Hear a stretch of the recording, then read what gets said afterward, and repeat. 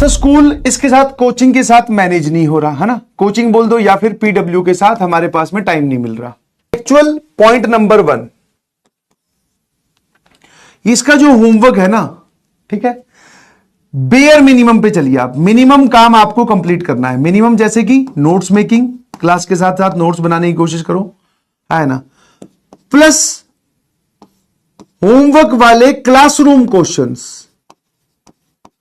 ये आप इतना कोशिश करो कि रोज आप निपटा के सोएं पर सब्जेक्ट। जैसे आज आपकी अगर मैथ्स की क्लास है और इससे पहले अगर केमिस्ट्री की क्लास हुई है, तो ये केमिस्ट्री और मैथ्स का काम आप निपटा के सोएंगे। This is the bare minimum काम, ठीक है।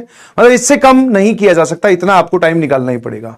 नोट थोड़ा तेजी से बनाओ और क्लास के होमवर्क के जो सवाल आपको दिए गए हैं उनको एक बार फटाफट अटेम्प्ट कीजिए प्लीज, ठीक है, आज ही रात को सोने से पहले, ठीक है। तो जैसे ही एक बार आपकी जिंदगी में 4 बज जाए, उसके बाद में स्कूल की लाइट ऑफ कर दिया करो और पीडब्ल्यू वाली जला लिया करो। अब रात के 12-1 बजे तक सर पीडब्ल्यू वाली लाइट जलती रहेगी या फिर कोचिंग का ही हम काम करते रहेंगे, ठीक है। अब अगले दिन सुबह हुई फिर स्कूल को संभालेंगे सर, ठीक है, हाँ है ना। तो ये मिनिमम करते जाइए, ठीक है। उसके बाद में बेटा आपको अब टाइम निकालने का जो तरीका है ना, वो एक ऐसा तरीका है, मेरे पास टाइम नहीं है, मतलब मैं कब और पढ़ाई करूं, तो थोड़ा थोड़ा टाइम निकालना स्टार्ट कीजिए प्लीज। थोड़ा थोड़ा टाइम निकालना स्टार्ट कीजिए आप सभी लोग, कहीं से भी थोड़ा, मतलब 20 मिनट निकाल ले। सर 20 मिनट में क्या हो जाएगा? अरे भाई 20 मिनट में लेक्चर की रिवीजन हो जाएगी, जो कल पढ़ा था उसको रिवाइज कर ले। अब वो 20 मिनट चाहे आपके स्कूल के इंटरवल में मिले आपको, चाहे स्कूल जाते वक्त बस में मिले या फिर ऑटो में मिले या फिर स्कूल में फ्री पीरियड कोई मिल जाए, तो कहीं ना कहीं से आप थोड़ा थोड़ा टाइम निकालिए प्लीज। थोड़ा थोड़ा स्कूल का टाइम निकालिए, समझे, थोड़ा थोड़ा। और उस थोड़े थोड़े में जितना हो सकता है वो वाला टास्क आप कंप्लीट करते जाइए। अब बारी आती है तीसरा कि आपके स्कूल में टेस्ट चल रहे हैं, है ना, चल रहे हैं कि नहीं चल रहे हैं? आपके स्कूल में टेस्ट चल रहे हैं, पीटी एग्जाम, सीटी एग्जाम, डीटी एग्जाम, जो भी होते हैं, जिसको आप प्राइमरी टेस्ट बोलते हैं या फिर प्रैक्टिस टेस्ट बोलते हैं, जो टर्म वाइज बोलते हैं, टर्म 1 टर्म 2 जो भी। अब सर इन स्कूल टेस्ट का क्या करें? तो अभी के टाइम पर मेरे ख्याल से ये जो होते हैं, इसके अंदर ऐसा तो होता नहीं है कि ये बोर्ड की तरह डेट शीट रिलीज करते हैं और हर एक एग्जाम के बीच में 2 दिन का गैप है, छुट्टी है। गैप हो तो बहुत ही अच्छी बात है, फिर तो आप पीडब्ल्यू का पढ़ाई करें। और अगर गैप नहीं है तो ये वाला जो आपका वीक है ना, ये वाला जो आपका वीक है, टेस्ट वीक जिसको आप बोल सकते हो, टेस्ट वीक बोल दो या फिर टेस्ट के 8-10 दिन बोल दो, इन दिनों पे आप स्कूल टेस्ट पे ही फोकस करें, ठीक है, हाँ है ना। सर उस चक्कर में हमारा यहां का काम छूट जाएगा, हमारा यहां का बैकलॉग हो जाएगा, कोई बात नहीं, वो तो होगा ही होगा, ठीक है, हाँ है ना। ताकि आप इस पे फोकस करोगे ना तो आपका स्कूल वाला पार्ट खिंचा खिंचा रहेगा थोड़ा। और अगर वही चैप्टर्स आ रहे हैं जो मैंने यहां पढ़ाए हैं, फिर तो कोई दिक्कत नहीं है, फिर तो आप स्कोर कर सकते हैं। बट अगर ऐसा कुछ आ रहा है पूरा एकदम टेस्ट सिलेबस, ऐसा तो होगा नहीं भाई, बिल्कुल रंग बिरंगा ही बना दिया। बट अगर ऐसे चैप्टर्स आ रहे हैं जो आपने यहां पढ़ लिए हैं, तो फिर आप उन पे टेस्ट में मिनिमम मार्क्स लेके आइए जो भी पॉसिबल है। जैसे 50 नंबर का टेस्ट है तो आप 20-25 नंबर्स लेके आने की कोशिश कीजिए। पेरेंट्स को आप बोल दीजिए साफ साफ कि अभी नंबर कम आ रहे हैं, आगे चल के ऐसा नहीं है कि बोर्ड में नंबर कम आएंगे, बोर्ड में मैं इजीली स्कोर कर लूंगा या कर लूंगी, अभी थोड़ा सा मिसमैनेजमेंट है बिकॉज ऑफ टाइम। तो इन दिनों में मैं आपको फोकस करने के लिए कहूंगा स्कूल टेस्ट पर। बट इसमें भी मतलब जैसे ऐसे होता है ना, जब आप नॉर्मल डेज में होते हो तो आपका मैक्सिमम फोकस पीडब्ल्यू की तरफ, 70%, 30% सर हम वहां स्कूल जा भी रहे हैं, स्कूल का रिटर्न वर्क भी कर रहे हैं, जितना भी टेस्ट वाले टाइम पे उल्टा कर दो, ठीक है। वहां पर आप बोल दो कि सर वहां पे टेस्ट पे स्कूल में 70%, यहां पर 30%। मतलब हम सिर्फ यहां के लेक्चर्स देख रहे हैं ताकि हमारा लेक्चर का बैकलॉग ना हो, शाम को आगे इसके आगे बैठ जाते हैं। कई बार सर अगले दिन अगर टेस्ट मुश्किल है तो वो भी मिस हो जाता है, कोई बात नहीं। बट आपका अभी फोकस चेंज कर दो, क्योंकि ये वाला इंटरवल एक बार निकल जाए फिर आपको फुल एक्सेलरेशन से फिर उतरना है वापस जेईई के मैदान में, ठीक है, फुल तगड़े तरीके से, समझ पा रहे हो? हाँ, जो भी आपका बैकलॉग होगा इन दिनों में वो आपको कंप्लीट करना पड़ेगा। बट अभी आप स्कूल पे ध्यान दे सकते हैं। अगस्त खत्म होने दो, अगस्त एंड तक वो वाला मोमेंट आ जाएगा जब, जैसे ही अगस्त का यहां पर एंड आया ना, मेरी बात ध्यान सुनना, इसके बाद में क्लियर कट बहुत सारे लोग बोर्ड्स की ओर गाड़ी मोड़ देंगे। हाँ, सितंबर के 2nd वीक तक तो पूरा ही लोग जो हैं वो जेई प्लस बोर्ड दोनों पे फोकस करेंगे।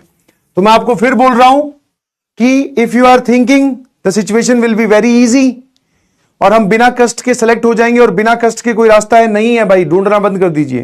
क्योंकि जब तक आप वो रास्ता ढूंढते रहेंगे तब तक आपके मन में एक ऐसी चीज रहेगी कि हाँ यार, शायद कोई ऐसा रास्ता है जिसमें स्कूल और कोचिंग या पीडब्ल्यू दोनों अच्छे से मैनेज हो सकते हैं, सारा होमवर्क हो सकता है और हमें लोड भी नहीं लेना पड़ेगा। ऐसा कोई रास्ता नहीं है, उसको ढूंढना बंद कर दीजिए ताकि आप अपने आप को अभी करंट सिचुएशन पे फोकस कर पाए, या फोकस आप अपना इस सिचुएशन पे ला पाए कि ऐसा ही चलेगा, ऐसा ही चलता रहेगा, आगे जाके सिचुएशन और क्रिटिकल होने वाली है। तो हमें इत्मीनान से थोड़ा थोड़ा प्रायोरिटी वाइज अपना काम करते रहना है भाई। अगर आप चाहते हो जेई की रैंक, यही चाहते हो ना, is directly proportional to hardship. Hardship बोले तो सर कष्ट, पीड़ा, दुख,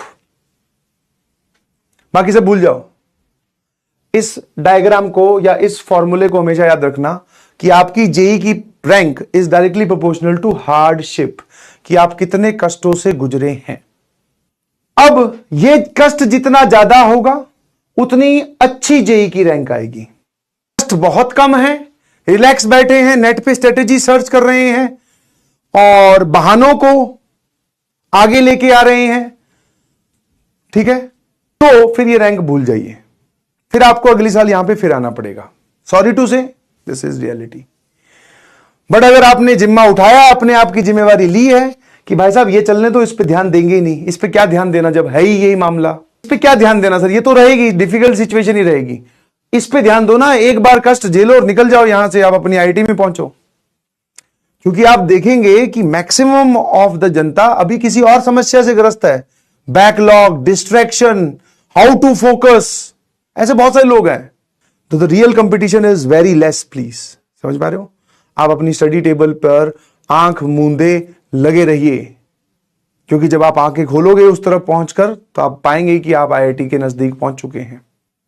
मैं आपको फिर बोल रहा हूं, यही रियलिटी है। मेरी जनरल डेज में भी जब डिस्कशन या इंटरेक्शन होती है ना, जो भी बच्चा मुझे मिलता है वो बैकलॉग, सर डिस्ट्रैक्शन, फोकस नहीं कर पाता हूं, घबरा जाता हूं, पैनिक अटैक्स हैं, ठीक है, और पता नहीं कौन कौन सी गलत आदतें लगा रखी है, उसी में घूम रहा है, उसका इलाज ढूंढ रहा है। अभी तुम्हारे पास प्रिविलेज ये है कि तुम इन सबसे बाहर हो, तुम ये पता कर रहे हो कि सर प्रैक्टिस के लिए टाइम और कहां से खींचे, पढ़ने का मन भी करता है, पढ़ते भी हैं, बट टाइम की कमी चल रही है सर। तो you are for better than some of them. चलते रहिए प्लीज, मैं आपको पहले ही बोला था, आज फिर बोल रहा हूं, आपने अगर ये जर्नी कंप्लीट कर ली आप जेई तक पहुंच जाएंगे।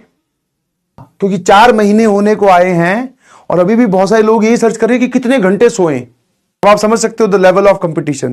There is no level of competition, there is only amount of competition. और वो लेवल अपने आप कम हो जाएगा, कम नहीं होगा, आपका लेवल ऊपर आ जाएगा जब आप इस रेस में बरकरार रहेंगे, पढ़ते रहेंगे। और मैं तो मिनिमम पे ही बात कर रहा हूं, मैंने कहां लिखा PYQ सॉल्व कर लो, रोज DPP सॉल्व करो, नहीं लिखा ना। Minimum is class notes and class notes के एग्जाम्पल। और जब कक्षा स्टार्ट हो जाए तो सारा का सारा फोकस, सारी नजरें आपकी एकदम स्क्रीन पे होनी चाहिए। ऑनलाइन का एक सबसे बड़ा जो आपने क्या किया, अपनी हर समस्या का सवाल बना दिया एक। समझ पा रहे हो कि नहीं समझ पा रहे हो? क्योंकि वैलिड नहीं है भाई, वो समस्या है, आपको वो समस्या झेलनी है, सेल्फ कंट्रोल होना चाहिए। वो कहां से आता है मुझे भी नहीं पता। मेरे सामने पकौड़ों की प्लेट रखी हुई है, मैं तुमसे पूछूं यार इसको कैसे ना खाऊं, how to not to eat pakoras to maintain the health, बताओ कोई है तरीका? तो सेम है सर, फोकस कैसे बनाएं? अरे भाई पढ़ाई करो, और जितने ये सवाल तुम नेट पे ढूंढोगे उतने ही नेट तुम्हें और सजेस्ट करेगा, तुम्हारी सजेशंस में वही आने लगेगा, वो उसी से भर जाएगा, वही तुम देखते रह जाओगे। मैं फिर बोल रहा हूं, मेंटेन योर कांस्टेंट पेस। जिस धीमी गति से आप चलते जा रहे हैं कोई दिक्कत नहीं है, चलते रहिए प्लीज। मुझे नहीं पता आपकी सिचुएशन कैसी है, आपके कितने नंबर आ रहे हैं कितने, बट अगर आप रेगुलरली लेक्चर अटेंड कर रहे हैं, नोट्स बना रहे हैं और होमवर्क जो दिया जाता है उसको अटेंड कर रहे हैं, क्लासरूम वाला होमवर्क जो इसके ऊपर लिख के छोड़ता हूं, सही चल रहे हैं एकदम, चलते रहो।